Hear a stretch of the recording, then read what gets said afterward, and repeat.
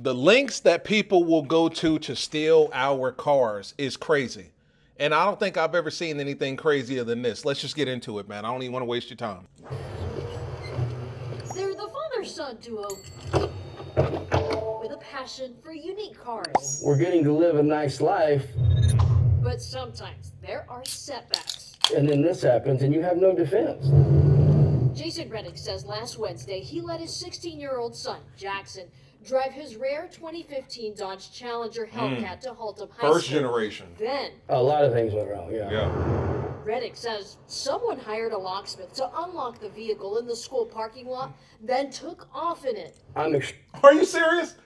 A locksmith came to the school, unlocked it, and then it just took off with it. Extremely angry. That kind of car valued up to $65,000. And it's gone. You let somebody steal my car. Reddick wants to know why the locksmith allegedly made a key fob for someone who didn't show proof of ownership. It didn't really make sense in our industry. That's Marion Arnold with the Texas Locksmith Association. Under Texas law, anyone using a locksmith service must show a government-issued ID, Of course. along with signed legal documents proving they own the property. Yeah. Because otherwise people could just be calling to have, keys made to all kinds of different cars that aren't ours. Exactly. That aren't theirs, and that's problematic. We reached out to All Auto Tech, the locksmith company in this case, and they gave no explanation for what happened and declined an interview. Birdville ISD I bet says they they're did working decline. with Haltom PD and taking the situation seriously. I just don't want this to happen to other people.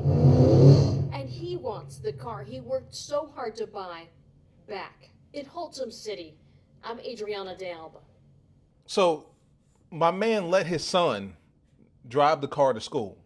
16 years old, which is perfectly fine as long as you trust your son. If you trust your son to be able to drive the car, obviously, at 16, you're probably going to do some dumb stuff like revving it or something like that. But if it's your dad's car, 9 times out of 10, you're not going to go crazy with it. So you trust him to drive it, right? Probably hasn't, this isn't the first time. He's probably driven that car and then the Mustang before, and he drives it to school. So the car is in the school parking lot during the day. So we're talking broad daylight.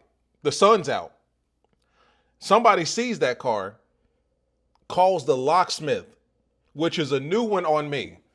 I've seen people who use the, the key fob replicator. Well, they'll just steal the key fob signal, open the door, and then take off with it. I've seen people go the old-fashioned way where they'll break the damn window, hop in, yank out the steering column, start hot wiring shit, and then take off like that.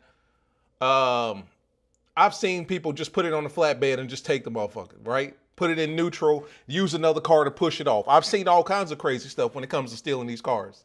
I have never seen somebody that legitimately called a legitimate locksmith business and said, hey, listen, I'm locked out of my Challenger Hellcat. Can you come down here and help me out? And then the locksmith shows up, doesn't ask for ID, doesn't ask for any sort of identification, doesn't even ask for registration, license, insurance, nothing that says this is my name and I own this car. This document has my name and the car on it. Nothing. And just opens it up and takes off. Doesn't that sound kind of fishy?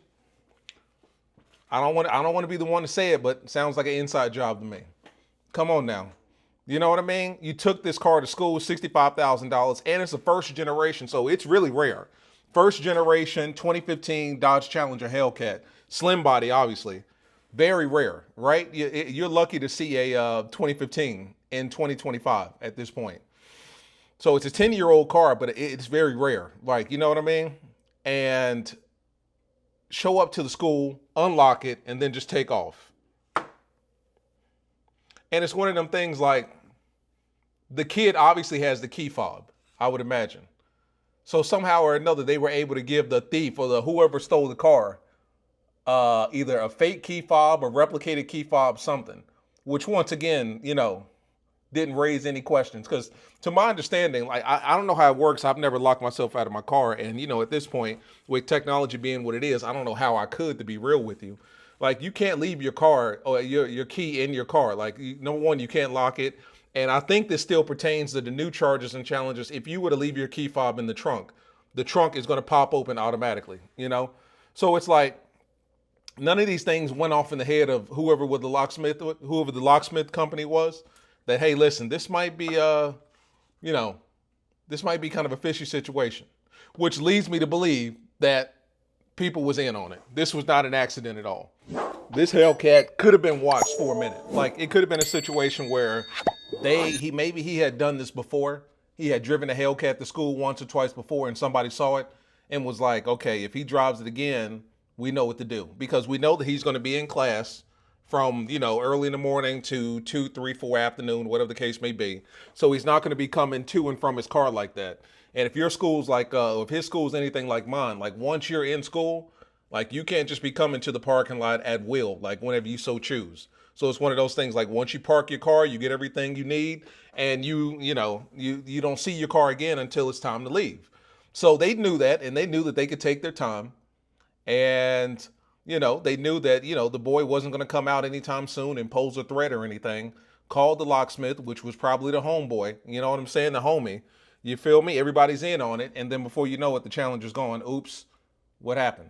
Now, most schools do have cameras or something, so I'm curious, like, was there footage of this?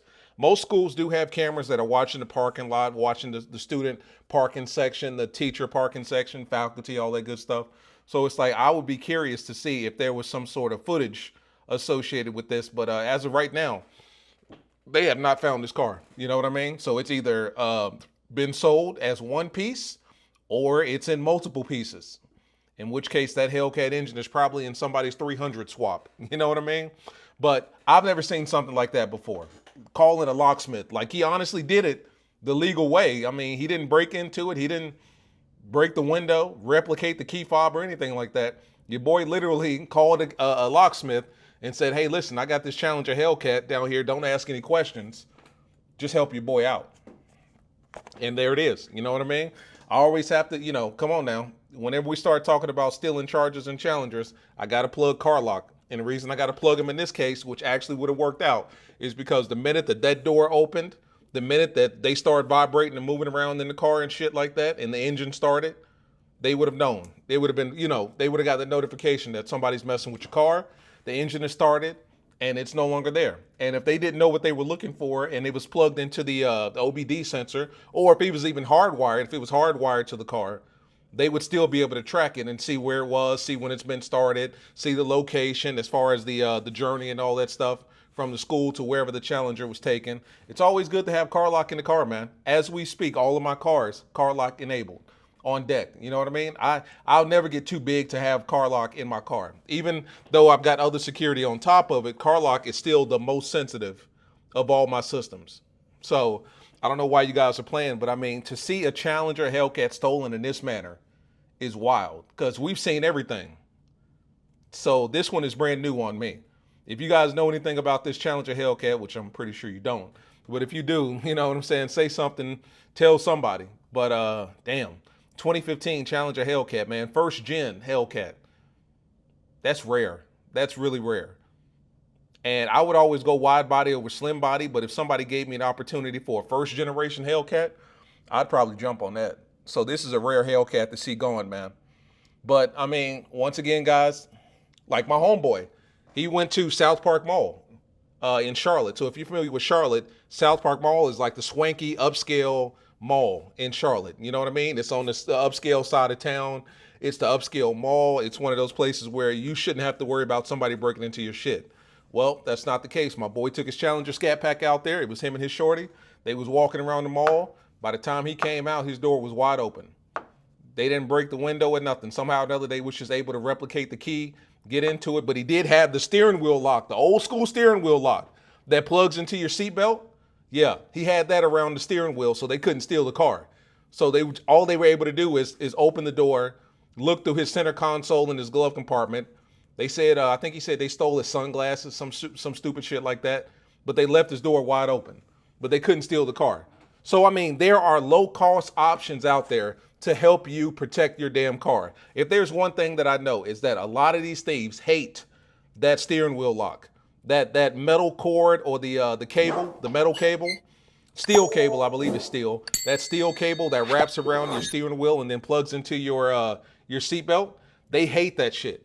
Because it's one of those things, like, there's no way around it unless they have tools. But you know, like I know, who the fuck is walking around with bolt cutters? They're heavy, they're big, they're obvious. what you gonna do? Just pull them out your pants like you pull out the Drake? You know what I mean? So it's like a lot of them aren't walking around with bolt cutters. So once they see that, they may break your window and fuck your car up from the inside, but they're not stealing it. So that's another low-cost option right there to keep your car safe and sound. So if he had something as cheap as that, but as effective as that on his car, it'd still be there. So you guys got to think twice. You don't have to go out and drop $100 or thousands of dollars on security. If you're on the budget and you just want to keep it simple, go out and get you one of them old school clubs, man. Believe it or not, they still work in 2025. I've seen it personally. As always, like, subscribe, comment. It's been your boy Knockout 360, man. See you in the next one. Peace.